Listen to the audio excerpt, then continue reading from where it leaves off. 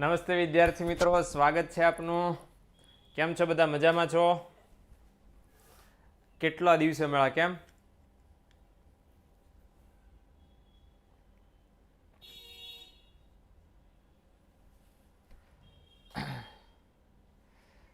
અરે આવી ગયા છે દીકરાઓ સરસ મજાના મેદાનમાં. બરાબર, કાંઈ વાંધો નહીં. તમે બધા મોસ્ટ ઓફ રસી લઈ લીધી હશે, હે ને? મોટા ભાગને કોવિન આઈ થિંક કોવેક્સિન લઈ લીધી હશે બધાએ, બરાબર ને? તો તમે સારા હશો.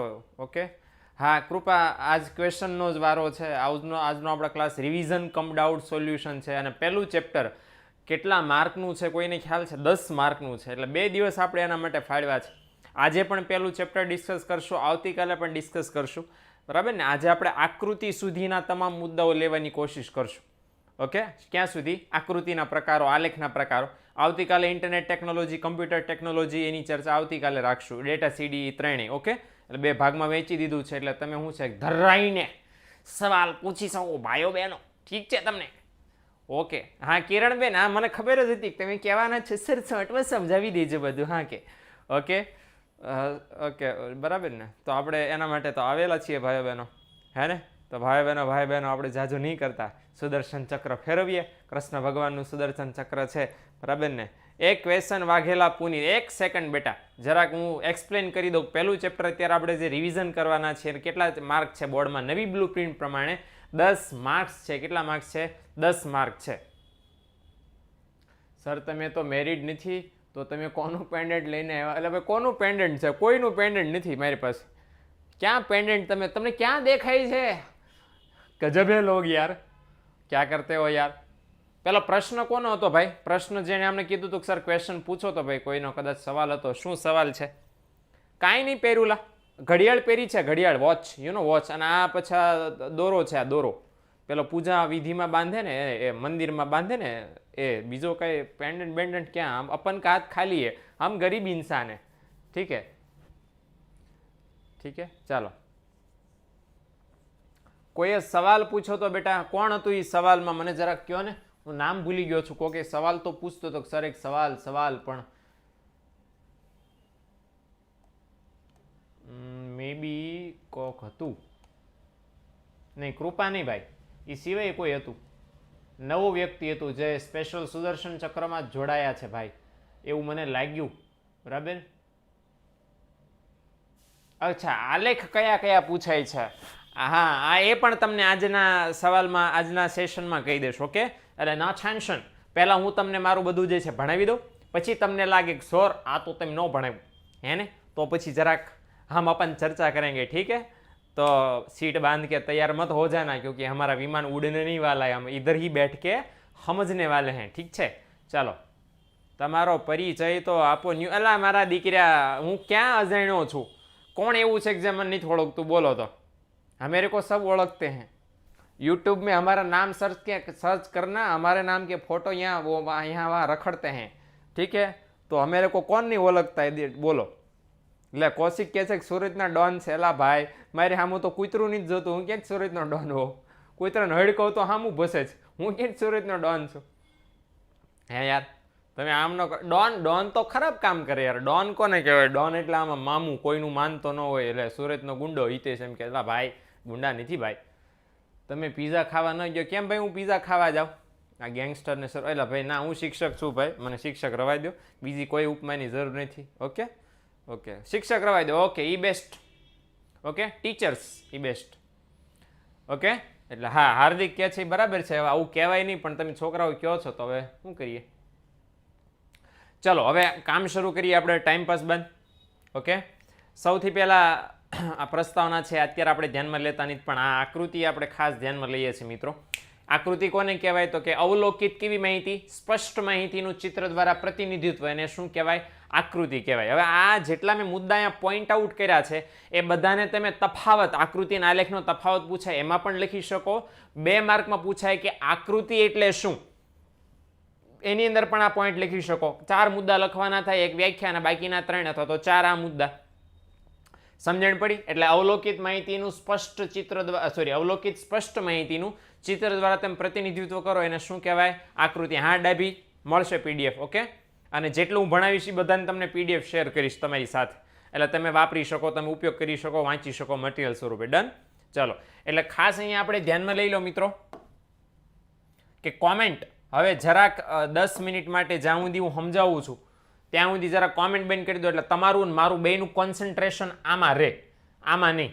ઓકે, સ્ક્રીનમાં આંગળીઓ હલાવવાનું બંધ કરી દો, મગજ અને આંખો જ ચલાવો, અને કાન બરાબર ને સરસ. કાનમાં જો ઇયરફોન નાખ્યા છે ઓકે, નથી નાખ્યા તો કાંઈ ટેન્શન નહીં, હું ધીમે બોલીશ એટલે તમારા કાન નહીં ફાટે. ઓકે, પણ અહીંયા ધ્યાન દેજો, કોમેન્ટોમાં કર્ફ્યુ લગાડજો, સરકારે લગાડ્યો છે તો તમારે પણ બને જ. ઓકે, ચાલો. તો અવલોકિત કેવી માહિતી? સ્પષ્ટ માહિતીનું શેના દ્વારા? તો કે ચિત્ર દ્વારા પ્રતિનિધિત્વ કરો, એને શું કહેવાય? આકૃતિ કહેવાય. આઈ એમ બદલિંગ the colour, you know. Okay, ચાલો. હવે સૌથી પહેલો ફાયદો શું છે કે આંકડાશાસ્ત્રનું વિશેષ જ્ઞાન એમાં જરૂરી નથી. તમને આંકડાશાસ્ત્ર ન આવડતું હોય તો પણ તેમાં આકૃતિ દોરો. કેવી માહિતી માટે હંમેશા એમસીક્યુમાં પૂછાય છે આ વસ્તુ, કે કેવા પ્રકારના વિતરણ માટે, કેવા પ્રકારની માહિતી માટે આકૃતિ દોરવામાં આવે છે. સિમ્પલ આપણો જવાબ શું હોવો જોઈએ? અસતત પ્રકારની. This is IMP, you know. પહેલો એમસીક્યુ બોર્ડમાં એમાંથી જ મળે, દર વખતે મળે, એટલે આપણે તો ટીક કરવો પડે. તો અસતત પ્રકારની એમપી શું છે? પાછું એમસીક્યુ ભાઈઓ બહેનો. ઓકે, અને બીજું અહીંયા ખાસ લખ્યું છે આકૃતિ દોરવા માટે ગ્રાફ પેપરનો ઉપયોગ જરૂરી નથી. તમારે પરીક્ષામાં કરવાનો છે, પણ સામાન્ય ઉપયોગમાં આકૃતિમાં ગ્રાફ પેપર ન દોરો તો ચાલે. અચ્છા, સ્કેલ માપ જરૂરી નથી. વોટ ઇઝ સ્કેલ માપ? What is this? ફાફડાની ડીશ, ફાફડા કાચા લાવો પછી પાછા, બરાબર. અહીંયા જે તમે દોરો છો આ 10, 20, 30, 40, આ શું છે? સ્કેલ માપ. આવું સ્કેલ માપ આકૃતિમાં જરૂર પડે નહીં. હાથી દોરો, હાથીની આકૃતિ સ્કેલ માપ હોય એમાં? આવું ન હોય, એટલે આકૃતિમાં સ્કેલ માપ જરૂરી નથી, પણ આપણે દોરવાનું છે. આકૃતિનો ઉપયોગ કોણ કરે છે ભાઈ? તો કરે છે વિજ્ઞાપન કંપનીઓ. વિજ્ઞાપન એટલે કોણ? જાહેરાત કરતી કંપનીઓ. જાહેરાત કરવા માટે શું લેવા કંપનીઓ, વિજ્ઞાપન કંપનીઓ ઉપયોગ કરે છે? તો એનો ઉપયોગ અહીંયા લખ્યો છે, આકર્ષણ ઊભું કરવા, ગ્રાહકોમાં વસ્તુ સેવાનું આકર્ષણ ઊભું કરવા. ઓકે, બીજું અહીંયા ખાસ કે સરકાર શું કરે છે? તો કે માહિતી આપવા માટે. રેડી? તો સરકાર શું લેવા કરે? લોકોને માહિતી. આ કોરોનાની માહિતી સરકાર કેટલી બધી માહિતી આપે છે ને કોરોના અંગે, કે માસ્ક પહેરો, સેનિટાઈઝર કરો, ના કરો, તે કરો, બમ. ઓકે, હા મૌલી, યસ. અને સામાજિક સંસ્થાઓ, એનજીઓ અને બધી હોય, નોન પ્રોફિટેબલ ઓર્ગેનાઇઝેશન, સામાજિક સેવા કરતી સંસ્થાઓ લોકોમાં જાગૃતિ ફેલાવવા માટે કરે છે. ઇન શોર્ટ, આવા સામાન્ય લોકો જેમાં શિક્ષણનું પ્રમાણ ઓછું હોય એવા લોકોને પણ માહિતી સમજાઈ જાય, તો એના માટે કોનો ઉપયોગ થાય છે? આકૃતિ. એટલે પ્રશ્ન પૂછે કે આકૃતિ કોના માટે ઉપયોગી છે? This is the answer. Okay, તો ये भी मैं आईएमपी लग देता हूं. डन. ઓકે, હાલો. હવે સેમ આવી રીતે આલેખ. હવે જો આકૃતિ અને આલેખ બેયની વ્યાખ્યામાં નાનો એવો ડિફરન્સ છે. આકૃતિમાં શું કીધું? અવલોકિત સ્પષ્ટ માહિતીનું. તો આલેખમાં શું કીધું છે? અવલોકિત કેવી માહિતીનું? અસ્પષ્ટ માહિતીનું. અ લગાડો એટલે આલેખની વ્યાખ્યા બની જાય. હું લગાડવાનો ખાલી અહીંયા, બાકી બધું કોપી.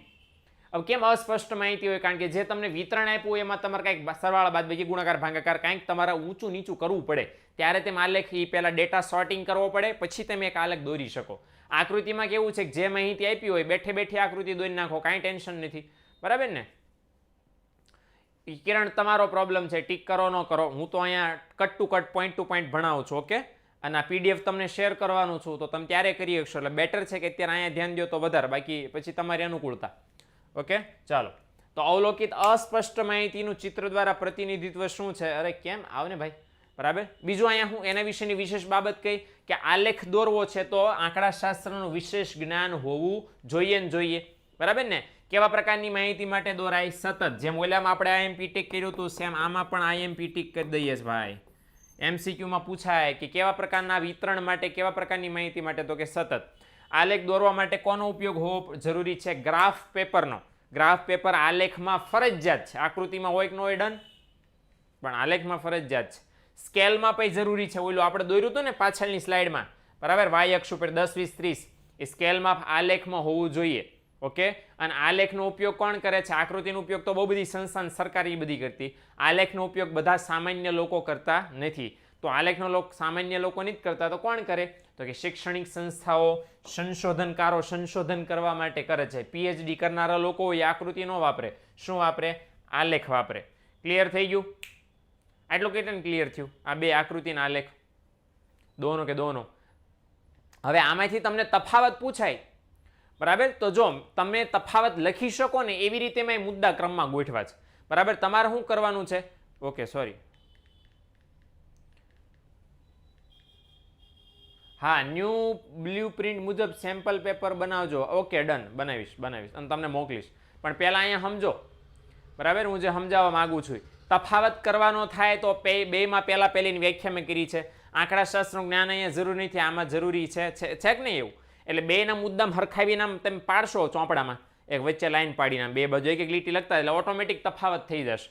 એટલે પરીક્ષામાં આકૃતિક આલેખ વચ્ચેનો તફાવત પૂછાય તો એવી રીતે કરવા થશે. બરાબર, સમજાણું ને શું કહેવા માંગુ છું? એટલે આકૃતિના આલેખનો તફાવત અહીંથી તમે બેઠે બેઠો ઉતારી શકો. તમારે બસ ચોપડામાં બે ભાગ પાડીને બે બાજુ ક્રમમાં મુદ્દા લખી નાખવાના, જે મેં અહીં તમારી સાથે શેર કર્યા છે. ક્લિયર થઈ ગયું? એટલે આપણે આગળ ચાલીએ. ઓકે,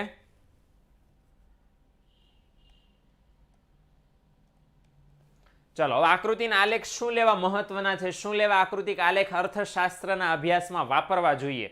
ઓકે, પહેલો ફાયદો એ છે કે અર્થશાસ્ત્રના અભ્યાસમાં આકૃતિક આલેખ વાપરીએ તો ચોથો મુદ્દો કોઈ કીધો તો આઈ થિંક મને યાદ આવી ગયું. ચોથો મુદ્દો એટલે આ પહેલો, બીજો, ત્રીજો અને આ ચોથો મુદ્દો અનિકેત જોશી, ગ્રાફ પેપરનો. એમાં શું સવાલ છે ભાઈ? સવાલ બોલો એટલે શું છે, ફટાફટ આપણે સોલ્વ કરી શકીએ. અનિકેત, બોલો રે, બોલો, બોલો રે. તો કોઈને પૂછું? કોઈ કે તો ચોથો મુદ્દો, પણ કયો ચોથો મુદ્દો યાર? કારણ કે આમ ચોથો મુદ્દો ગણું તો આ પહેલો, બીજો, ત્રીજો, ગ્રાફ પેપર થાય. ગ્રાફ પેપર એટલે આલેખ પત્ર, બરાબર ને? આલેખ પત્ર હરિઓમ પાઈ પાસે ક્યાં ગયા, ખોવાઈ ગયા, તો એ આલેખ પત્રમાં દોરવું પડે. ઓકે, ચાલો, હવે આલેખનું અહીંયા ખાસ જોઈ લો મહત્વ. તો સૌથી પહેલો ફાયદો શું છે? તો કે સર ઓલ મુદ્દા લખવાના. એટલે હા મારા ભાઈ, કેટલા માર્કનો સવાલ પૂછાય છે એ તમને પહેલા કીધું છે, છતાંય ફરી વાર કીધું. 2 માર્કનો તફાવત પૂછાય તો ઓછામાં ઓછા બે બાજુ બબે મુદ્દા તફાવતમાં. 3 માર્કનો તફાવત પૂછાય બે બાજુ ઓછામાં ઓછા 3. પછી તમને 4 આવડે છે તો કંજુસાઈ નહીં કરવાની, 4 લખી નાખવાના. સમજાણું ને? બે બાજુ, એટલે 3 માર્કમાં હોય બે બાજુ ઓછામાં ઓછા 3, 2 માર્ક હોય તો ઓછામાં ઓછું બે બાજુ 2. ડન. હવે અહીંયા ધ્યાન. ચલો, હવે આ યલો કલરના શબ્દો છે ને ઇમ્પોર્ટન્ટ છે, આ તમારા મુદ્દામાં આવવા જ જોઈએ. બાકી પછી તમે કાજુ બદામ તમારા ઉમેરો, ડન, પણ આ શબ્દો છે આવવા જ જોઈએ તમે જે લખાણ કરવાનો છો એક્ઝામમાં એમાં. એટલા માટે યલો અક્ષર કર્યા છે, કારણ કે એ મહત્વના શબ્દ છે. દર વખતે એવું આવશે એટલે સમજજો. તો અઘરો અને અટપટો અર્થશાસ્ત્રનો અભ્યાસ કેવો બને? સરળ અને સ્પષ્ટ. યાદ રાખજો, આકૃતિક આલેખનું મહત્વ મેક્સિમમ તમને 3 માર્કમાં પૂછાઈ શકે. ઓકે, તો મેક્સિમમ 3 માર્કમાં પૂછાઈ શકે. ઓકે, એટલે બીજો ફાયદો શું થાય કે જુદા જુદા વર્ષો અને પરિબળના વલણો. વલણ એટલે શું? તો કે ફેરફારો આલેખ દ્વારા તમે સહેલાઈથી સમજી શકો. 100 વર્ષમાં ભારતની વસ્તીમાં શું ફેરફાર આવ્યો, 100 વર્ષમાં ભારતના શિક્ષણમાં શું શું ફેરફાર આવ્યો, ગરીબીમાં શું શું ફેરફાર આવ્યો, એ ફેરફાર તમે એક આલેખ ઉપર એક સાથે સહેલાઈથી સમજી શકો. તમને યાદ હોય, ન યાદ હોય તો યાદ કરો. 7મા ચેપ્ટરમાં વસ્તીના વલણોમાં બધા વલણોમાં આકૃતિ આપી છે. પહેલું વલણ છે વસ્તીનું કદ અને વસ્તી વૃદ્ધિનો દર. એમાં એક આલેખમાં 100 વર્ષનો ડેટા તમને આપ્યો છે કે કેવી રીતે ભારતની વસ્તી સ્તંભાલેખમાં આપ્યો છે, સતત અને સતત વધી છે. તો ફાયદો એ છે આકૃતિક આલેખનો કે બહુ બધી માહિતી, ઝાઝા વર્ષોની માહિતી તમે એક જ આલેખ ઉપર રજૂ કરી શકો. અને ઝાઝી માહિતી તમે એક આલેખ ઉપર રજૂ કરીને એમાં શું શું ફેરફાર થયો, વધ્યો, ઘટ્યો કે શું થયું, એ તમે સહેલાઈથી સમજી શકો. હે ને? એટલે આ ફાયદો છે. પછી અલગ અલગ ક્ષેત્રોમાં જે ફેરફારો થાય છે, કૃષિ ક્ષેત્ર, ઉદ્યોગ ક્ષેત્ર, સેવા ક્ષેત્ર, એમાં કેવા કેવા ફેરફાર થાય છે, એ ફેરફાર છે સમજી શકો. બરાબર? એટલે એ પણ એક ફાયદો છે મોટો. ચાલો, ત્યાર પછી શું ફાયદો છે કે વર્ગો, પ્રદેશો, ક્ષેત્રો અને સમયગાળા, આના વચ્ચે શું કરી શકો? સરખામણી. તમારે કમ્પેરિઝન કરવી છે તો પાસ પૈસાનો સ્તંભાલેખ આમ તમે દોરો, કરો ને, તો આ માની લો કે આ બીજો આલેખ છે, તો તમે કમ્પેરિઝન કરી શકો ને, કયું વધારે છે, કયું ઓછું છે, કોના કરતાં વધારે, કોના કરતાં ઓછું.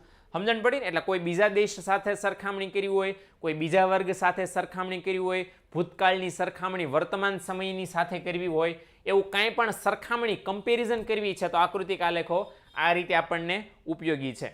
ઓકે, ત્યાર પછી ફાયદો મોટા મોટો એ થાય કે આકૃતિ કે આલેખ બનાવનાર અને એને જોનાર એ બેયનો સમય પણ બચે અને શક્તિ પણ. રૂપિયા તો ઓલમોસ્ટ આપણે કોમર્સવાળા બચાવીએ જ છીએ, એટલે રૂપિયાનો ઉલ્લેખ નથી કર્યો, પણ એવું સમજવાનું કે રૂપિયા, સમય, શક્તિ બધું બચે ભાઈ, ભાઈઓ બહેનો. એટલે લખનાર અને વાંચનાર મતલબ આકૃતિ જે અભ્યાસ કરી રહ્યો છે એ અને આકૃતિ જેણે દોરી છે અભ્યાસ કરનારા માટે એ બેનો સમયને એક આકૃતિ દોરે એટલે 130 100 વર્ષની 50 વર્ષની માહિતી તમારે લખવી પડે, આકૃતિમાં આવી જાય બધું, બરાબર. એટલે આકૃતિ, સમય અને શક્તિ લખનાર અને વાંચનાર બેની બચાવ. મોટો ફાયદો એ પછીનો કે અર્થશાસ્ત્રના જેટલા અઘરા નિયમ આપણા માટે જો કે અઘરા નથી, સામાન્ય જનતા માટે અઘરા છે. એટલે સામાન્ય જનતા જેને અર્થશાસ્ત્રના નિયમો અઘરા લાગે છે એ અઘરા નિયમો તમે સરળતાથી સમજી શકો અને બીજાને આલેખ કે આકૃતિ દ્વારા સમજાવી શકો. માંગ રેખા આવો ઢાળ કેમ છે? માંગ રેખાનો ઢાળ હું તમને કહું છું મિત્રો, આ માંગ રેખાનો ઢાળ છે. આ કેવો ઢાળ કહેવાય? ઋણ ઢાળ કહેવાય. શું લેવા ઋણ ઢાળ છે? તો કે કિંમત અને માંગ વચ્ચે વ્યસ્ત સંબંધ છે. આ સીધો ઢાળ જ કેમ છે? તો કે કિંમત વધતા માંગ ઘટે છે. આવું આપણને ખબર છે. એટલે આકૃતિક આલેખ દોરો તો એના દ્વારા અર્થશાસ્ત્રના જેટલા અઘરા સિદ્ધાંતો, નિયમો છે એકદમ સરળતાથી તમે પણ સમજી શકો, તમારી બાજુવાળાને, સામેવાળાને પણ સમજાવી શકો. મોટો ફાયદો એ છે. ઓકે, ક્લિયર થઈ ગયું? આટલું 3 માર્કમાં પૂછાય. કેટલા મુદ્દા છે? 4 ને 2 6. છાપી નાખો 3 માંથી 3 ભાઈઓ બહેનો. ઠીક છે ભાઈઓ બહેનો, है ना? 3 में से 3 મળेंगे જો પૂછાएंगे અને તમે લખેંगे. 5 માર્કના ક્વેશ્ચન પૂછો તો કેટલા પ્રકાર લખવાના આકૃતિના છે? 5 લખીએ. હા 5 લખો, કઈ નો મેટર. કેવરિયા ઓકે, 5 લખો, kind not tension, you can write. ચાલો, ત્યાર પછી છે આ પણ 3 માર્કનો કન્ટેન્ડર છે, હકદાર છે, દાવેદાર છે કે પૂછી શકાય સર મારા 5 પેપર પ્રેક્ટિસ. ઓલો વાહ જીશાન, શું વાત છે મારા ભैला. चलो अबे ये पण ये भी सवाल है, ये भी कूद के हमें बोल रहा है कि हमेरे को भी 3 मार्क में पूछने का भाई, हमेरे को इग्नोर मत करने का, तो हम भी इधर लख देने का भाई कि अगर ये पूछेगा वो पेपर सेट करने वाला तो कितने मार्क में पूछेगा भाई? 3 मार्क में पूछेगा भाई. ठीक है भाई, 3 मार्क में क्यों पूछेगा भाई? क्योंकि इसमें तो 4 और के 2 6 मुद्दे हैं और 6 मुद्दे हम अपन लख सकते हैं.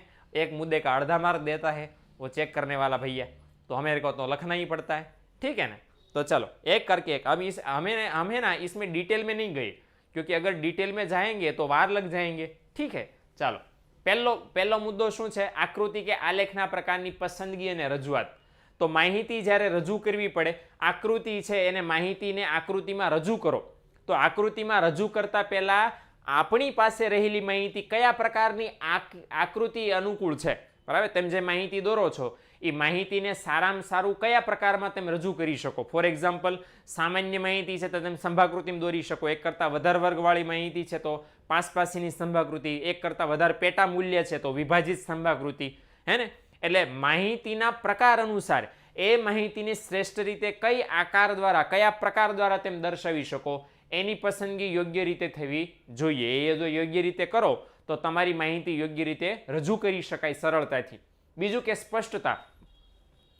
ઓકે, આ બધા આકૃતિના પ્રકાર છે. પાસપાસીની સ્તંભાકૃતિ, યુ નો, ધીસ ઇઝ વૃતાંશ આકૃતિ, ધીસ ઇઝ સામયિક શ્રેણીના આલેખ, યુ નો. ઓકે, અને એ સ્પષ્ટતા અહીંયા વાત કરી છે. શેની સ્પષ્ટતા અહીંયા ખાસ કરવી જોઈએ, બરાબર? કે અહીંયા તમે છે લખેલું હોવું જોઈએ 13 ને 26 ને 61 ને 62 ને 34, બરાબર? તો આ બધું ખાસ અહીંયા લખવું પડે કે આ કયો સ્તંભ, આ ડાર્ક કલરનો સ્તંભ છે સેવા ક્ષેત્ર દર્શાવે છે, એના કરતાં લાઇટ કલરનો સ્તંભ છે એ ઉદ્યોગ ક્ષેત્ર દર્શાવે છે, અને બાકી જે બધું કૃષિ ક્ષેત્ર છે. તો એ સ્પષ્ટતા તમારે કરવી જોઈએ કે કઈ માહિતી શું દર્શાવી છે. સ્કેલ માપ છે ચોક્કસ અહીંયા લેવું જોઈએ. આપણે સ્કેલ માપમાં માનતા નથી ભાઈઓ બહેનો, કારણ કે કમ્પ્યુટર અહીંયા મને દેખાડવા દેતું નથી, પણ હું આપણે ઘરનું આપણે સ્કેલ માપ ચલાવીએ. તો આ સ્કેલ માપ છે એક્સ અક્ષ અને વાય અક્ષ બંને ઉપર સ્કેલ માપ તમે જે લીધું હોય, ઓકે, જે લીધું હોય સ્કેલ માપ, એ સ્કેલ માપ અહીંયા તમારે દર્શાવવું પડે અને ચોક્કસ સ્કેલ માપ લેવું જોઈએ. એક વખત તમે અહીં જે સ્કેલ માપ લીધું છે પહેલામાં 10નું, તો દર વખતે એ સ્કેલ માપ સરખું જ જળવાવું જોઈએ. બધામાં 10નું જ અંતર રાખવાનું. ઓકે, પછી એમાં વધઘટ ન થવી જોઈએ. હાલો, ત્યાર પછી છે આકૃતિક આલેખની બંને ધરી પરની વિગતો. તો અહીંયા છે તમારે લખવું પડે ઉત્પાદન, જે પણ હોય ઉત્પાદન, વેચાણ, વોટેવર, તો એ લખવાનું હોય. અને અહીંયા છે આ એક્સ ધરી પરની વિગતો છે તો અહીંયા દેશ એવું લખવાનું હોય. રેડી? તો એક્સ ધરી અને વાય ધરી બંને પરની આ વિગતો અને આ વિગતો, કે આ શું દર્શાવે છે, આ શું દર્શાવે છે, વિગતો તમારે સ્પષ્ટપણે દર્શાવવી પડે. ઓકે, આલેખ પત્રમાં કેટલી લાઈન આવે? ये कैसा सवाल है यार, हम अपन कैसे यार, वो क्या करेंगे यार? 1 માં 92 માં 2 માં 87 માં 9 માં 95 બાકી છે, ચેક થવામાં ટીચર ચેક કરી આપે છે. એ વોટ ઇઝ ધીસ ફાફડાની ડીશ? એકમાં 92, બેમાં 87. અચ્છા એવી રીતે, ઓકે. પેપરની પ્રેક્ટિસની વાત ચાલી રહી છે. ચલો ત્યાર પછીનો આપણે સવાલ છે કે આંકડાની માહિતીનો સ્ત્રોત.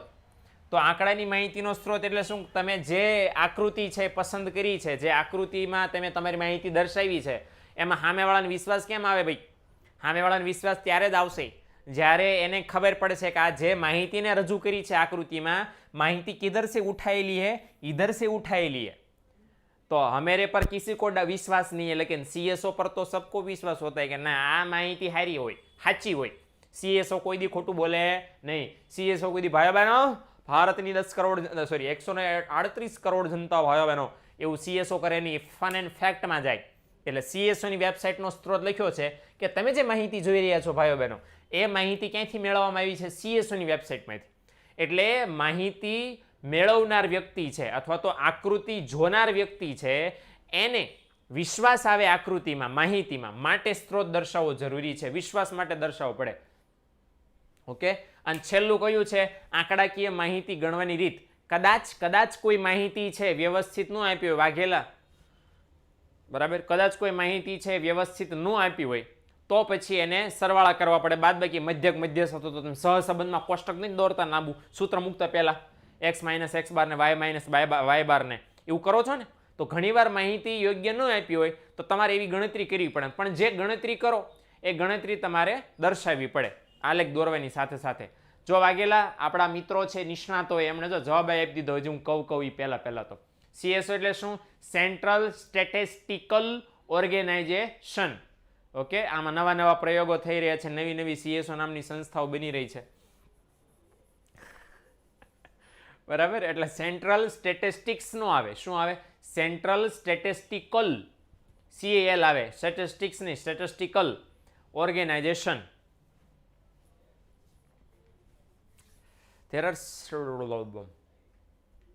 ઓકે. હવે આકૃતિના પ્રકારો જોઈ લઈએ ભાઈઓ બહેનો.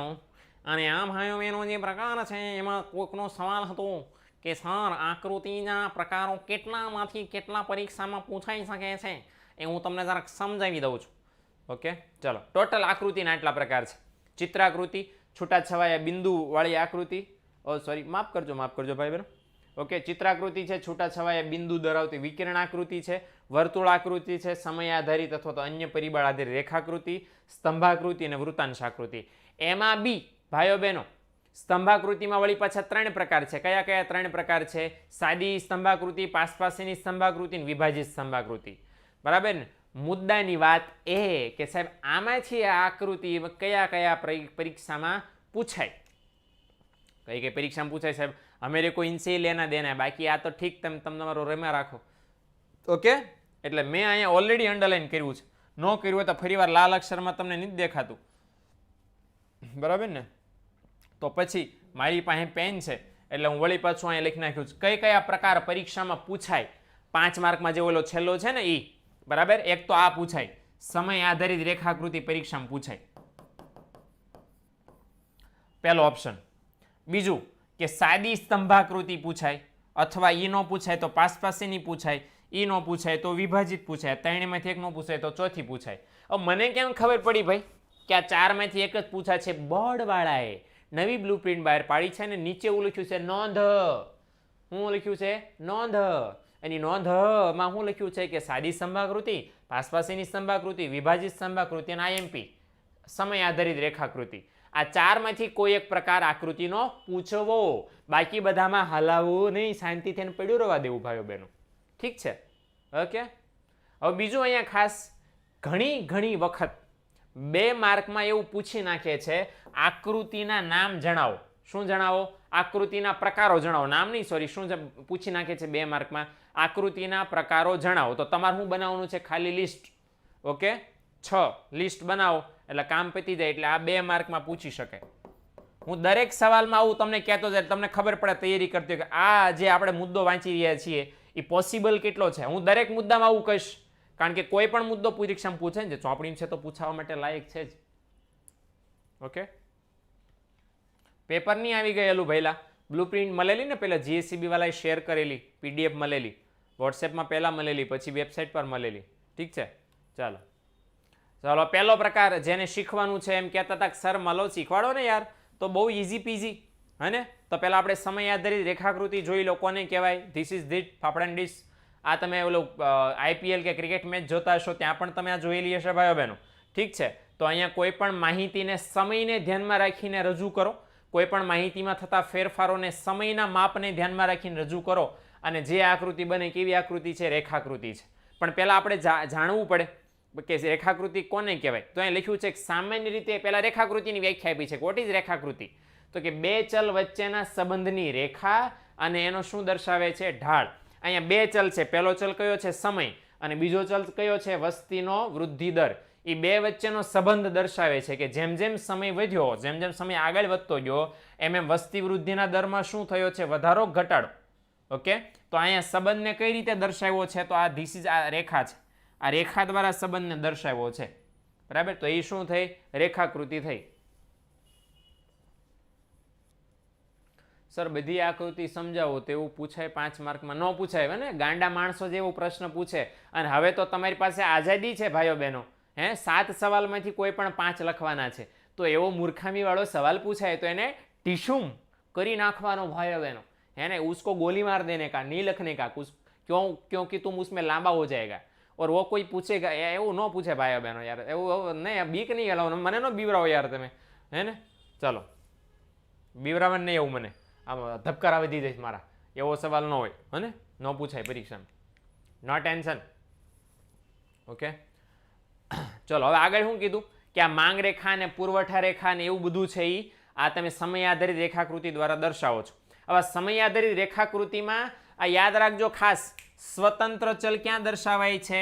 એક્સ ધરી પર. ક્યાં દર્શાવાય? એક્સ ધરી પર. એટલે કે સમય ને દેશ ને વર્ષ ને માસ ને એ બધું ક્યાં દર્શાવાય છે? એક્સ ધરી પર. અને પરતંત્ર ચલ છે ક્યાં દર્શાવાય છે? વાય ધરી પર. ક્યાં દર્શાવાય છે? વાય ધરી પર. ઓકે, એટલે હું અહીંયા જરાક ઉદાહરણ પોસિબલ હોય તો લખી નાખું છું અહીંયા કે સમય, પછી દેશ, વર્ષ એન્ડ માસ. બોલો સાઉથનો હીરો નહીં, માસ.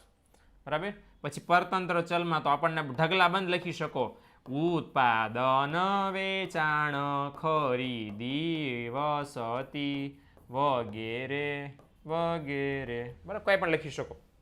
આ બધા કેવા ચલ કહેવાય? પરતંત્ર ચલ. આ બધા કેવા ચલ કે સમય, દેશ, વર્ષ, માસ કેવું કહેવાય? સ્વતંત્ર ચલ. ઓકે, સમય એટલે મહિના અને દિવસો ને હે ને એવું બધું ચાલ્યા કરે, સમજી લેવાનું. ચલો હવે આ ખાસ અહીંયા લખ્યું છે કે સમયના સંદર્ભમાં કોઈ એક ચલના સ્વયં સ્પષ્ટ વલણો દર્શાવતી આકૃતિ અર્થશાસ્ત્રમાં વારંવાર વપરાય છે. એટલે આ વારંવાર વપરાય છે. ક્યાં વપરાય છે? તો કે વસ્તીની સંખ્યા જાણવા માટે, ફુગાવાનો દર જાણવા માટે, સાક્ષરતાના દરમાં જાણવા માટે. બરાબર ને? ઓકે, એટલે આ વસ્તુ છે. આવી કોમેન્ટ અત્યારે ઘેવરિયા ન કરો, બરાબર ને, ખોટું ટ્રાફિક કરે છે. કામની કોમેન્ટ કરો, નહીતર કરફ્યુ. ડન? સમજાણું રેખાકૃતિ? એટલે રેખાકૃતિ આવું દોરીએ તો જો મેં એક રેખાકૃતિ આવી આપણે દોરી તે તમને યાદ હોય તો, બરાબર ને, બધું મેં સાચવીને રાખ્યું છે એટલે તમને જૂનું જૂનું યાદ આવે કે બરાબર ને. કરણ અર્જુનના મમ્મી નથી કહેતા કે હા મેરે કરણ અર્જુન આएंगे तो ये आ गए आपके करण, બરાબર, અર્જુન પીછે તો બાદ में आएंगे, એ કરણ આ ગયા. આવી તમને કાંઈ માહિતી આપી છે ને એવી સૂચના આપી હોય કે નીચેની માહિતીના આધારે સમય આધારિત રેખાકૃતિ દોરી એનું વિશ્લેષણ કરો. તો સિમ્પલ વાત છે કે એક્સ અક્ષ ઉપર અહીંયા આપણને રકમ આપી છે વર્ષ અને ઉત્પાદન. તો વર્ષમાં એવી માહિતી આપી છે તો અહીંયા વર્ષ ક્યાં દર્શાવવાના છે? અહીંયા હંમેશા ધ્યાન રાખો કે વર્ષની શરૂઆત અહીંથી લખવાની કરો. બધા વચ્ચે તમારો આલેખપત્ર કંઈક આવું જ દેખાતું હશે ને. અહીંયા થોડીક જગ્યા રાખો જેથી છે તમે અહીંયા તમારું ઓલું લખવાનું કામ કરી શકો. સિમ્પલ એવી રીતે અહીંયા પણ જગ્યા રાખો. કોઈ છેલ્લી લાઈનથી અહીંયા દોરવાનું શરૂ કરો અહીંયા, પણ નીચે ક્યાં લખવા જાઓ તમે? સમજાણું ને? એટલે થોડુંક મગજ વાપરો અને આ જે એક્સ અક્ષ છે એ 2-3 લીટી ઉપર આમ દોરો એટલે નીચે લખવાની જગ્યા રહે. સેમ વાય અક્ષ ઉપર વાય અક્ષ ને એક્સ અક્ષ દોરો. બધા વર્ષ અહીંયા લખાઈ ગયા પછી માહિતી જુઓ કે આ ઉત્પાદનવાળી માહિતી પરતંત્ર જેને તમે અહીં દર્શાવવાનો છો એમાં નાનામાં નાનો આંકડો કયો છે? તો કે નાનામાં નાનો આંકડો છે 4.6. મોટા મોટો આંકડો કયો છે? 8.4. સમજાણું? એટલે મોટા મોટો 8 છે એટલે તમે અહીંયા એક સ્કેલમાં રાખો 1 2 3 4 5 6 7 8 તો પણ વાંધો આવે નહીં. હવે સ્કેલ માપ છે એકદમ રેન્ડમ છે, એ તમારા ઉપર છે કે સ્કેલ માપ મતલબ આ બે વચ્ચે અંતર કેટલું રાખવું, એનો કોઈ ફિક્સ નિયમ નથી. નિયમ એવો છે કે સ્કેલમાં વધારે પડતું મોટું નહીં રાખવાનું, વધારે પડતું નાનું. હવે અહીંયા તમે 5 10 15 એવું કંઈ કરાય નહીં, કારણ કે 5 10 15 કરો તમારી આકૃતિ આટલામાં હમાઈ જાય, આટલામાં હમાઈ જાય તમારી આકૃતિ. બરાબર? ચૂચુક તો એને પૂરું થઈ જાય.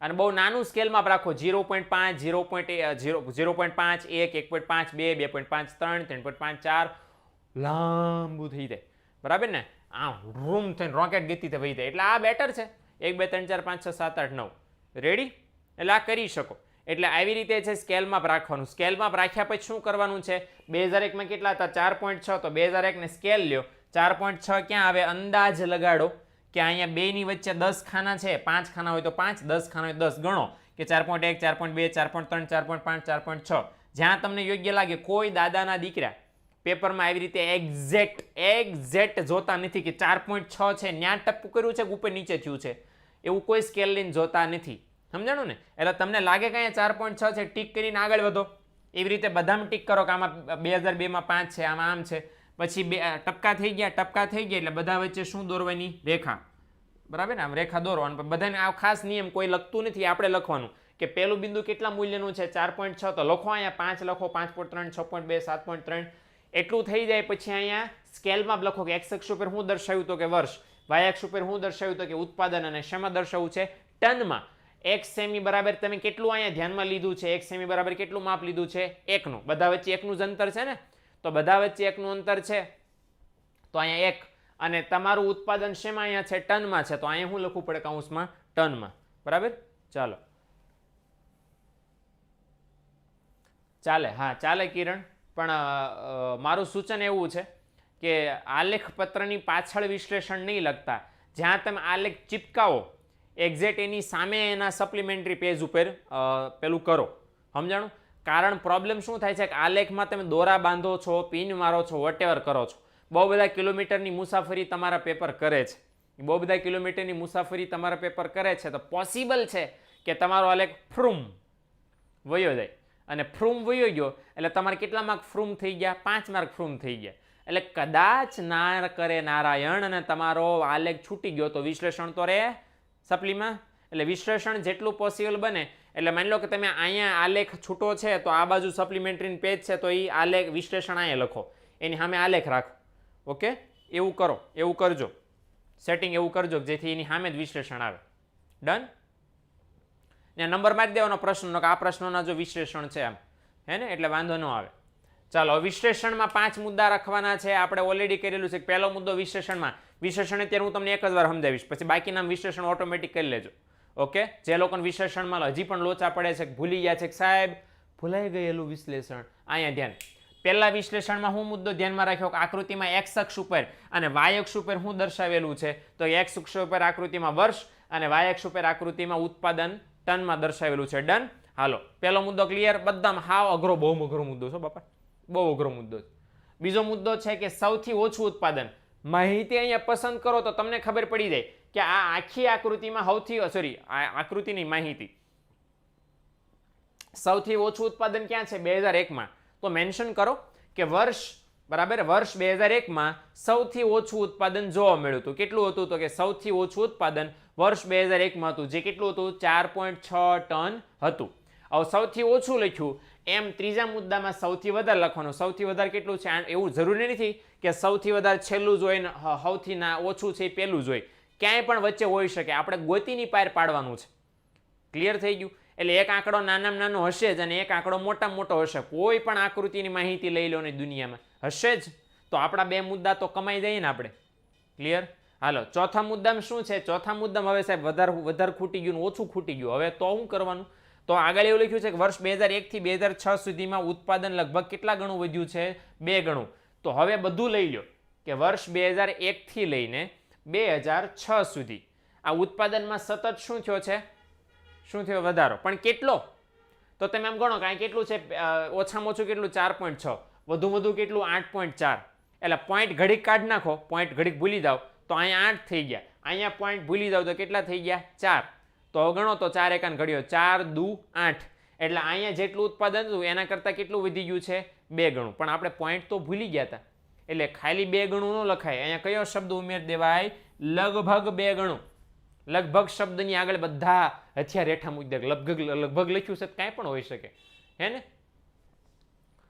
બરાબર ને એટલે આ કિરણ આગળ ન દોડ બેન હારવાર રે આગળ ન દોડ એટલે જ અત્યારે સમજાતું નથી એટલે હારવાર રે તો કામ ચાલે ને હજી તું અહીંયા ઓલું સમજાવ, તું વિભાજિતમાં અડી ગઈ ઠેઠ અહીંયા હારે રે. ઓકે, તો લગભગ આટલા ગણો વધારો થયો. કદાચ વધારો ન થયો તો ઘટાડો થયો હોય. રેડી? અને છેલ્લું ને પાંચમું, બરાબર, જે ઓલરેડી મેં તમને પેપર ફોડી દીધું. છેલ્લામાં પાંચમાં હું લખવાનું કે જુઓ કે સતત શું થઈ રહ્યો છે.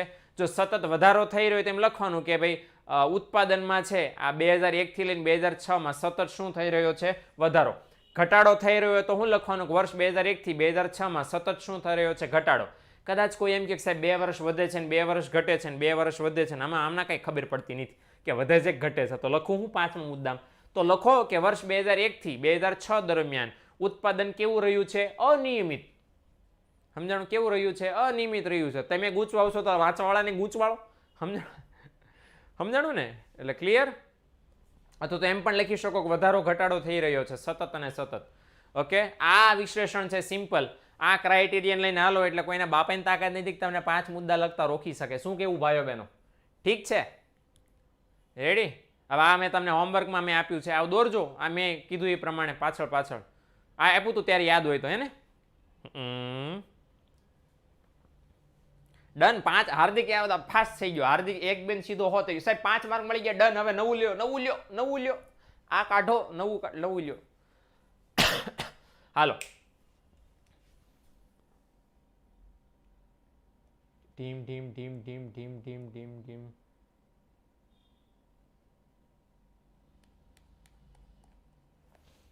ચાલો હવે ત્યાર પછી આપણે સ્તંભાકૃતિના પ્રકારો જોઈ લઈએ. સ્તંભાકૃતિ આપણને ખબર છે કે જો લખ્યું છે સ્તંભાકૃતિ શું દર્શાવે? કોઈ એક ચલના મૂલ્યની, આ માફ કરજો, આ જે કામ કરેલું છે એટલા માટે રાખ્યું કે ઘણું બધું એમાંનું કામમાં આવે એવું છે, બરાબર? એટલે પહેલા ચલો દેખાડી દઉં એટલે તમને એમ લાગે કે સાહેબ આ ગંદી ગોબરી સ્લાઇડ તમે અમને દેખાડી રહ્યા છો. છી, બરાબર? આવી ગંદકી તમને કેમ બધાય મજા આવે, હે ને? એટલે આવું છે આપણું કામકાજ, બરાબર ને? વિદ્યાકુલમાં આપણે વર્ષો પહેલા, બરાબર, ઈસવીસન 6થા વર્ષની અંદર 6ઠી સાલમાં જૂન મહિનામાં આપણે આમાં, બરાબર, હું એસીમાં હવા ખાતો તમને ભણાવતો હતો. અત્યારે પણ ચાલુ જ છે. તો કોઈ એક ચલના મૂલ્યની વિવિધ વિભાગો વચ્ચે વહેંચણી. એટલે અહીંયા ચલ છે, કયો છે ચલ? વર્ષ. અને એના વિભાગ પાડ્યા છે. કેટલા વિભાગ પાડ્યા છે? 5. તો વિભાગો વચ્ચેની શું કરી આપણે? વહેંચણી કરી. તો સ્તંભાકૃતિ શું દર્શાવે છે કે કોઈ એક ચલ લઈ લો વર્ષ, એની શું કરવાની? વહેંચણી. કોના વચ્ચે? વિભાગો. તો 5 વિભાગો છે વર્ષના, 1 2 3 4 5, બરાબર? 6 હોઈ શકે, 4 હોઈ શકે, ગમે એટલા વિભાગ તો ગમે એટલા હોય, બરાબર? હવે આવી રીતે ઘણી વખત કોમ્પ્યુટર જનરેટેડ આકૃતિ હોય તો એ આડા સ્તંભ દોરે છે, બરાબર ને? આડા સ્તંભ હોય, જો અમે દોર્યા આડા સ્તંભ. નહીતર ઘણી વાર ઊભા સ્તંભ પણ હોય છે. હવે તો નવી ફેશન આવી છે કે કોમ્પ્યુટરમાં આડા પણ સ્તંભ દોરે છે. આપણે પરીક્ષામાં ઊભા સ્તંભ દોરવાના છે. આધુનિક નથી થવાનું. આપણે કમ્પ્યુટર નથી, આપણે ઊભા થાંભલા દોરવાના છે. ઓકે, બરાબર? જો લખ્યું છે કે દરેક વિભાગ કે સમય માટે જુદો સ્તંભ. જો અહીંયા 1971 માટે અલગ, 1981 માટે, દરેક વર્ષ માટે અલગ સ્તંભ છે દોરવામાં આવ્યો છે. અને એ શું દર્શાવે છે તો કે ચલનું મૂલ્ય, કે 1971માં આજે, બરાબર, વસ્તી કેટલા કરોડ હતી? 55 કરોડ. 1981માં વસ્તી કેટલા કરોડ હતી? તો કે 68 કરોડ. 1991માં વસ્તી કેટલા કરોડ હતી? 85 કરોડ. એટલે દરેક સ્તંભ છે એ શું દર્શાવે છે? મૂલ્ય, કે આ ચલનું મૂલ્ય કેટલું છે. સ્તંભાકૃતિના કેટલા પ્રકાર છે? યાદ રાખજો. કઈ આકૃતિ પૂછી છે? સ્તંભાકૃતિ. તો સ્તંભાકૃતિના કેટલા પ્રકાર છે? 3. કયા? સાદી સ્તંભાકૃતિ, પાસપાસીની સ્તંભાકૃતિ અને વિભાજિત સ્તંભાકૃતિ. ક્લિયર? તો હવે આપણે સાદી સ્તંભાકૃતિ તરફ જરાક માફ કરજો. તો સાદી સ્તંભાકૃતિમાં સિમ્પલ છે કે કોઈ એક આધાર, કયો આધાર? હંમેશા યાદ રાખજો, આધાર કોને કહેવાય તો કે આ વર્ષને. આ જે સ્વતંત્ર ચલ છે ને, આને શું કહેવાય? આધાર. ઓકે, તો આધારને ધ્યાનમાં રાખીને આને શું કહેવાય? ચલ. આ વસ્તી જે છે ને, વસ્તી શું છે? ચલ. તો ચલના અલગ અલગ મૂલ્ય દર્શાવ્યા છે. 55 અને 68 છે ને મૂલ્ય. એ મૂલ્યને આપણે થાંભલા દોરીને સમજાવવાના છે. અને ઓલામાં આપણે એક્સ અક્ષ ને વાય અક્ષ તો દોર્યા જ હતા, એમાં આપણે ટપકા કર્યા હતા. અહીંયા ટપકાને બદલે શું દોરવાનો છે? આવી રીતે સ્તંભ દોરવાનો છે. કેટલા જણાને આવડે છે? તો ખોટો ટાઈમ ન બગાડવામાં, બરાબર ને? અને પછી આ રીતે બધા, આમાં કઈ ડિઝાઇન દોરવાની જરૂર નથી. આમાં ડિઝાઇન ન દોરો તો પણ ચાલે, કોરો મૂકી દેવાનો, ટાઈમ બચે તમારો. ઓકે,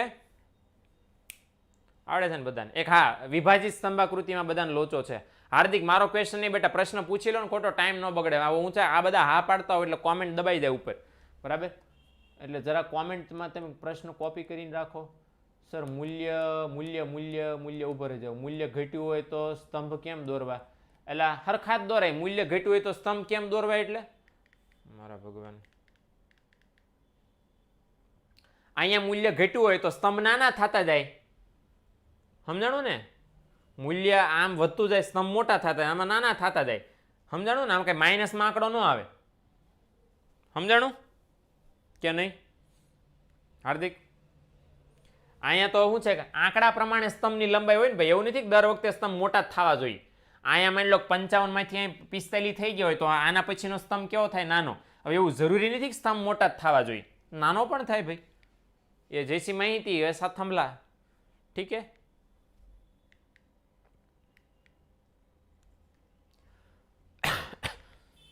तो चलो पास पासेની સ્તંભાકૃતિ ખાલી આ જોઈ લો કે આ પ્રકારની આકૃતિમાં શું અહીં કીધું છે કે કોઈ એક આધાર ઉપર એક ચલનું મૂલ્ય એક કરતા વધુ વર્ગો માટે દર્શાવે. હવે આ ખાસ સમજી લો, આ શું છે? વર્ષ આપણો આધાર. હવે ચલનું મૂલ્ય છે, ચલ કયો આપ્યો છે અહીંયા? જાતિ. બરાબર, જે કામનું છે એ હું અંડરલાઈન કરું છું ફરીવાર. બરાબર, ચલ કયો છે? જાતિ પ્રમાણ. અને આધાર કયો છે? વર્ષ. હવે જાતિ પ્રમાણના કેટલા વર્ગ છે? 2. કયા કયા વર્ગ છે? એક તો ભારતનો વર્ગ આપ્યો છે અને બીજો કયો વર્ગ આપ્યો છે? ગુજરાતનો. સમજ પડી? એટલે ફરીવાર હું કીધું કે આ જે પાસપાસીની સ્તંભાકૃતિ કોને કહેવાય એવું પૂછે તો આટલું જ લખવાનું છે તમારે. તો હું લખાય કે આ પ્રકારની આકૃતિમાં કોઈ એક આધાર ઉપર, આધાર કયો લીધો છે? વર્ષ. એમાં એક ચલ, કયો ચલ? તો કે જાતિ પ્રમાણ. એ જાતિ પ્રમાણના કેટલા વર્ગો છે? તો કે એક કરતા વધુ. એટલે અહીંયા કેટલા વર્ગ આપ્યા છે? 2. કયો કયો? એક ભારતનો વર્ગ આપ્યો છે ને એક આપ્યો છે ગુજરાતનો વર્ગ. અને એ વર્ગ માટે શું આપ્યા છે આપણને? મૂલ્ય. તો એ દર્શાવતી આકૃતિ કઈ છે આપણને? પાસપાસીની સ્તંભાકૃતિ. જો અહીં લખ્યું છે કે આધારના દરેક મૂલ્ય ઉપર ચલના વિવિધ વર્ગોના મૂલ્ય દર્શાવતા સ્તંભ દોરવામાં આવે. હવે આપણને ખબર છે કે 1961માં આપણી પાસે 2 ડેટા છે. 1961માં ભારતનો ડેટા છે ને ગુજરાતનો ડેટા છે. તો અહીંયા 1961માં પહેલો જે સ્તંભ દોર્યો, બરાબર, એમાં ભારતનું દર્શાવ 941ની હાઈટ અને ગુજરાતનો દોર્યો એમાં શું કહેવાય, સોરી, ગુજરાતનો દોર્યો એમાં 940ની દર્શાવો. એટલે દરેક વર્ષમાં કેટલા આવશે? 2. બરાબર ને? કદાચ અહીંયા 3 આપ્યા હોત, ભારત, ગુજરાત અને રાજસ્થાન, તો અહીંયા કેટલા આવે? 3 સ્તંભ બાજુ બાજુમાં આવે. ઓકે, અને બધા વચ્ચે એક સરખી જગ્યા અહીંયા હોવી જોઈએ. બધા વચ્ચે એક સરખી જગ્યા હોવી જોઈએ. ડન? હજમણે પડી કે નહીં? ઓકે, અને પેલો જે આલેખ કરો, સોરી, પેલો જે સ્તંભ કરો એના કરતાં બીજો કેવો હોય? અલગ. મતલબ ડિઝાઇન પાડવાની, એકમાં ડિઝાઇન પાડવાની બીજામાં નહીં પાડવાની. બરાબર, જો મેં અહીંયા પાડી છે આવી રીતે દોરવાનું. ઓકે, આમાં તમને ટપ્પો ન પડે એટલે આ જોઈ લેવાનું, આપણે હાથીથી દોરેલું છે, હે ને? એટલે આમાં એકમાં ડિઝાઇન દોરો અને બીજામાં ન દોરો એટલે ઓટોમેટિક કામ થઈ ગયું, હે ને? હાલો, હવે આ જરાક થાનોસ જેવી છે, થેનોસ જેવી છે કે સાહેબ ધીસ ઇઝ વિભાજિત, આ પણ પૂછાઈ શકે પરીક્ષામાં. હવે એમાં શું કીધું છે કે જ્યારે સ્તંભાકૃતિના દરેક સ્તંભના મૂલ્યને એકથી વધુ પેટા વિભાગોમાં વહેંચવામાં આવે. સ્તંભનું મૂલ્ય આ છે 70, એને કેટલા પેટા વિભાગોમાં વહેંચવામાં આવ્યા? 2. એક 40 વાળો વિભાગ અને બીજો 30 વાળો વિભાગ. તો એને ત્યારે કેવી સ્તંભાકૃતિ કહેવાય? વિભાજિત. એટલે સ્તંભ છે આખું, સ્તંભ કેટલાનું મૂલ્ય છે? 70નું મૂલ્ય છે. એને તમે કેટલા વિભાગમાં, પેટા વિભાગમાં વહેંચો? 2 પેટા વિભાગમાં. એક કરતા વધુ છે ને, હવે અહીંયા 3 હોય. અહીંયા તો જો ગ્રામ્ય અને શહેરી 2 જ આપ્યા હતા એટલે આપણે 2 વેચ્યા, નહીંતર 3 આપ્યા હોત તો 3 વેચાત. રેડી? હવે ખાસ અહીંયા ધ્યાન રાખજો કે ચોપડીવાળાએ આપણા ઉપર દયા કરી છે અને કુલનો અહીંયા કરીને આપ્યું છે. કદાચ કુલનું ન કરીને આપે તો કુલ આપણે કરવાનું, કારણ કે કુલ કરશો, આ જે 70 છે ને, આ 70 એ તમે શેના માટે વાપરી શકો? આ કુલ સ્તંભની લંબાઈ નક્કી કરવા માટે કે આટલો લાંબો સ્તંભ દોરવાનો. સમજાણું? એકવાર 70નો સ્તંભ દોરાઈ ગયો એટલે સૌથી પહેલા કોનું આપ્યું છે? ગામડાનું. તો 30. તો પહેલા અહીં સુધી 30 કરી નાખવાનું, બાકી બધું ઓટોમેટિક કેવું બની જાય? 40. સમજાણું? પછી આનો તમે બેનો સરવાળો કરો, ગામ શહેરી, કેટલો થયો? 115. કર્યા 115. 115 કરો એટલે પરિણામ શું આવે? તો 115 કરો એટલે પહેલા કેટલા છે? 35. તો નીચેથી એમ આપો 35 ક્યાં આવે? અહીંયા. તો 35 કરીને અલગ ડિઝાઇન દોરી દો. અલગ ડિઝાઇન દોરો એટલે ઓટોમેટિક બીજું કેટલાનું બની ગયું? 80નું. પછી કાંઈ માથાકૂટ કરવાની જરૂર નથી. અને આ રીતે છે આંકડા લખી નાખવા કે આ 70 દર્શાવ્યા, 40 છે, 35 છે, 80. અને આની ડિઝાઇન આના કરતાં કેવી હોવી જોઈએ? અલગ. બરાબર? આવી રીતે. સમજાણું? તો આ વિભાજિત સ્તંભાકૃતિ છે. જેટલા વિભાગ એટલી ડિઝાઇન હોવી જોઈએ આની અંદર, વિભાજિત સ્તંભાકૃતિ. હવે આમાં કેટલા ગણું લખવું એ કિરણનો સવાલ હતો, એ સમજી લો અહીંયા કેટલા ગણું લખું ને હવે જ્યારે એમાં વિભાજિત સ્તંભાકૃતિનું વિશ્લેષણ કરો તો આ બે ખાનાને ધ્યાનમાં લ્યો, આ બે ખાનાને બરાબર ને, આ ગ્રામ્ય વાળું અને શહેરી વાળું, એટલે તમારી પાસપાસીની સ્તંભાકૃતિ જેવું વિશ્લેષણ થઈ ગયું કે નહીં કિરણ? સમજાણું? કુલને ત્યારે ધ્યાનમાં લેવાનું નહીં. કુલ શું લેવાય ધ્યાનમાં લેવાનું છે? ખાલી આ સ્તંભની લંબાઈ નક્કી કરવા માટે, બાકી કુલ કાંઈ કામનું નથી. પછી કુલને કુલ થવા દેવાનું. સમજાણું? પછી આપણે ગ્રામ્ય અને શહેરીના આધારે વિશ્લેષણ કરી નાખવાનું. ડન? ટપા પડા કે નહીં પડા, કે બાર બાર ઉછલ કે ચલા ગયા? ठीक है रे, ठीक है बा, ओके बा, ચાલો રેડી? વળાઈ સ્ટારી ખાઓ. હવે સ્તંભાકૃતિ દોરતી વખતે કઈ કઈ બાબતો ધ્યાનમાં રાખવાની જરાક જોઈ લે. ધમ ધમ ધમ ધમ ધમ ધમ ઢીકો ઢકો ઢીકો ઢીકો મારે ટીકો ટીકો. આ બહુ અગત્યનો મુદ્દો છે ને, એટલે આઈએમપી આમાં લખતો નથી. બરાબર? જોઈ લઈએ કે દરેક સ્તંભ જેટલા તમે થાંભલા દોરો બધાની પહોળાઈ કેવી હોવી જોઈએ સરખી, એક પતલો ને એક જાડો ને એક જાડો ને ઓર જાડો એવું હોવું જોઈએ નહીં. બધા સ્તંભની પહોળાઈ સરખી હોવી જોઈએ. કેમ? કારણ કે પહોળાઈ કોઈ મૂલ્ય દર્શાવતી નથી, પહોળાઈથી કંઈ ફેર નથી પડતો, એટલે પહોળાઈ કેવી રાખવાની બધા સ્તંભની સરખી. બીજું કે દરેક સ્તંભની લંબાઈ મહત્વની છે. કેટલો તમે સ્તંભ લાંબો દોરો ટૂંકો દોરો છો એ અગત્યની છે, કારણ કે જેટલો સ્તંભ લાંબો હશે એ શું દર્શાવે છે? ચલનું મૂલ્ય. એટલે લંબાઈ યોગ્ય રાખવાની, પહોળાઈ સરખી જ રાખવાની. બીજું કે બે સ્તંભ વચ્ચેનો ગાળો આકૃતિમાં કેવો હોવો જોઈએ? સરખો. બે સ્તંભ વચ્ચે સરખું અંતર હોવું જોઈએ. બરાબર ને? જો અહીંયા આપણે સરખું અંતર રાખેલું,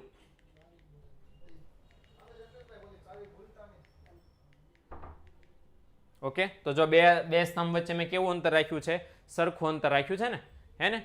એટલે આ વસ્તુ ધ્યાનમાં લેવાની. બરાબર? ત્યાર પછી કીધું છે કે એ સામાન્ય તે સ્તંભ આપણે ક્યાં દોરીએ છીએ? એક્સ ધરી પર. મતલબ બોલે તો અહીંયા આપણે આમ કામ કરીએ, બધો વહીવટ અહીંયા કરીએ છીએ, અને ક્યાં દોર્યો કે એક્સ ધરી ઉપર.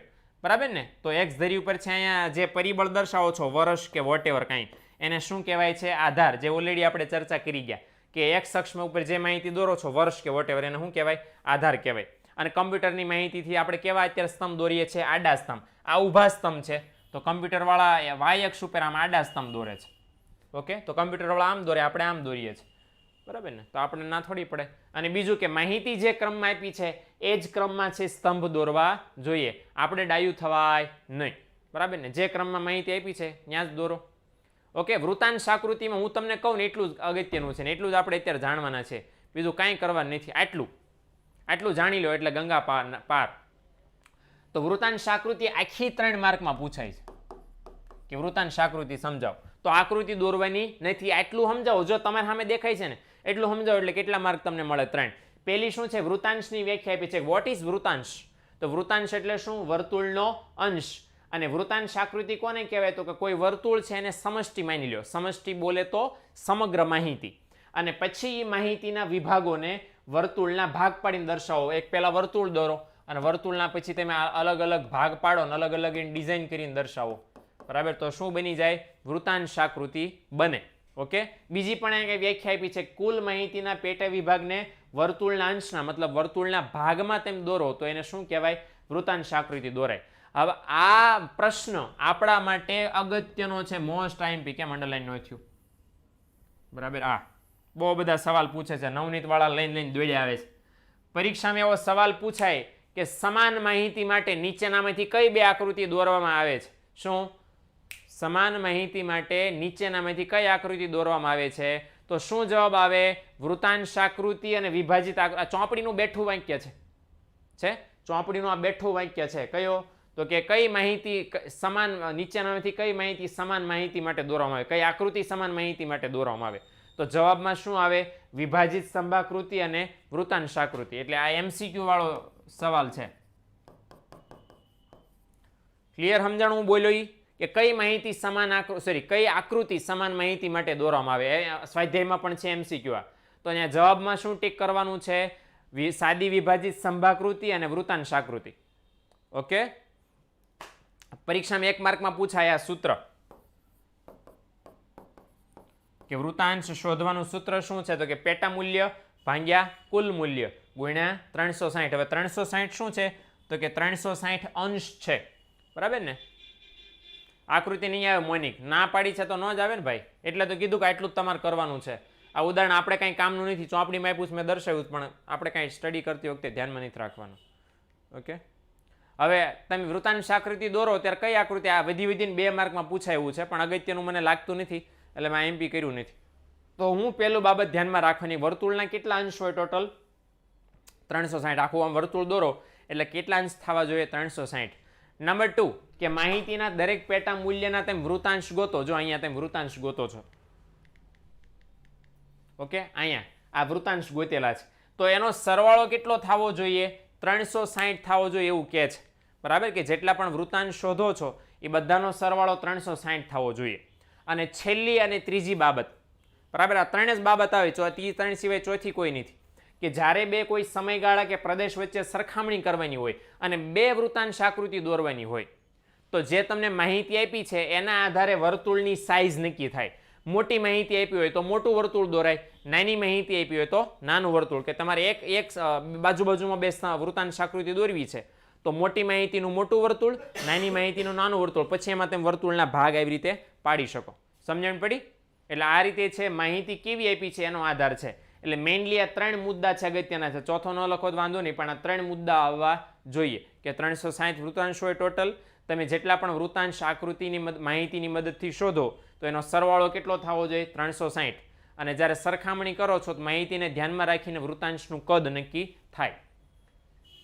ઓકે, એટલે થિયરી વૃત્તાંશ આકૃતિની પૂછાય છે. વૃત્તાંશ આકૃતિ 5 માર્કમાં દોરવામાં પૂછાતી નથી. ચોપડીમાંથી કરી કિરણ, હું અહીંયા કરી જ દઉં છું બેટા. હવે હું તારું જોતું છે હે? ઓકે, અને આ છે આલેખના પ્રકારો. એક પણ આમાંનો પ્રકાર, બરાબર, આની એક વ્યાખ્યા છે સામયિક શ્રેણીના વલણો દર્શાવતો આલેખ, પણ એ પણ અગત્યની એટલે મને લાગતી નથી, બરાબર. એટલે ખાલી આટલું અહીંયા છે, બરાબર. 2 માર્કમાં આ પણ તમને પૂછી શકે, આલેખના પ્રકારો. આ દોરવા જરૂરી નથી, કારણ કે આ તો તમને સમજાય કે કયા આ આકૃતિ કેવી હોય તો આવી હોય, બરાબર. આનું કોઈ મને ઉદાહરણ હજી સુધી મળ્યું નથી. બાકી આ બધા પ્રકાર છે. આ સ્તંભાકૃતિ જેવી છે પણ સ્તંભાકૃતિ છે નહીં, બરાબર. એવીમાં આ રીતે હોય, આમ જગ્યા ન હોય સ્તંભ વચ્ચે, બરાબર. સ્તંભ વચ્ચે જગ્યા હોય નહીં, એ સ્તંભાલેખ છે. પછી આવૃત્તિ બહુકોણ, આ આવૃત્તિ વક્ર, આ બધા શેર બજારમાં ની બધા બહુ બધા વપરાય. આ સંચય આવૃત્તિ બહુકોણ જે તમે ઓલા સ્ટેટમાં વાપરો છો, પ્રામાણ્ય વિતરણમાં. આ છે લઘુગુણક, જેને સહસંબંધ ને નિયત સંબંધમાં એમાં સામયિક શ્રેણી એની ટાઈમ સિરીઝ એની અંદર તમે વાપરો છો, બરાબર ને? ઓકે, તો આ ખાલી પ્રકાર છે. અહીંયા સુધી આપણે રાખીએ ભાઈઓ બહેનો, બરાબર ને? અડધો ઉપરનો પાઠ આપણે અહીંયા સુધી ખેંચી કાઢ્યો છે. ઓકે, મેં તમને જે ભણાવ્યુંમાં કોઈને કન્ટેન્ટમાં કાંઈ પ્રોબ્લેમ? રેડી ને? કોઈને સવાલ? 2 મિનિટ છે મારી પાસે, સવાલ પૂછવો હોય તો.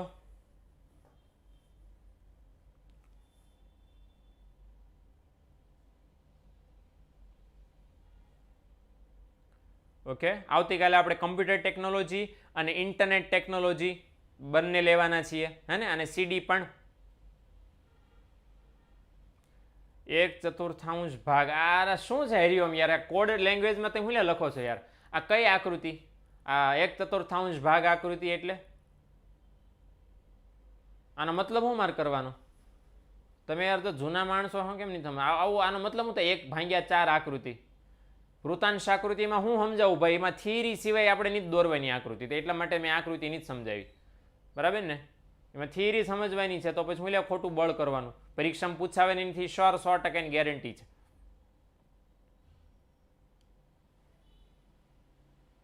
તો પછી સમજાણું ને કે નથી સમજાણું?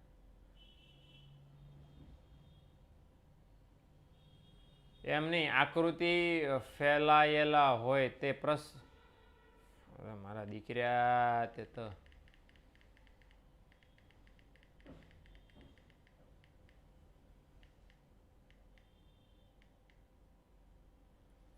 હા. હવે આમાં કેટલામો મુદ્દો?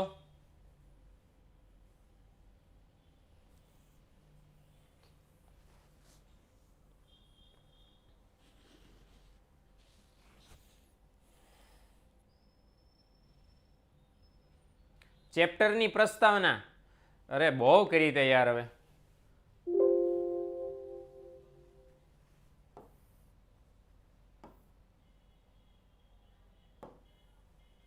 હા બોલ, ચેપ્ટરની પ્રસ્તાવના. હવે આમાં આમાં શું સમજાવું? આમાં કાંઈ છે જ નહીં પૂછવા જેવું, તો હું સમજાવું ભઈલા?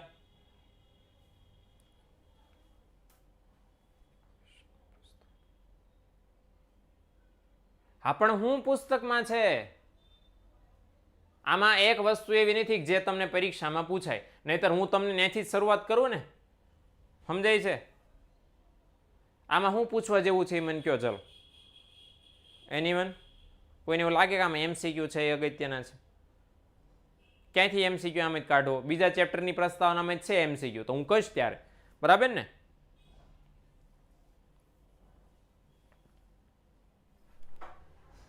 એટલે શું છે કે અત્યારે આપણે રિવિઝન ચાલી રહ્યું છે, એટલે રિવિઝનમાં પણ યાદ રાખો કે એવા મુદ્દામાં જ મેથી મારો કે જેમાં આપણું કંઈ ખૂજી શકે. હે ને? ચાલો રેડી? એટલે હવે આવતીકાલે વળી પાછા 8 વાગ્યે મળીએ.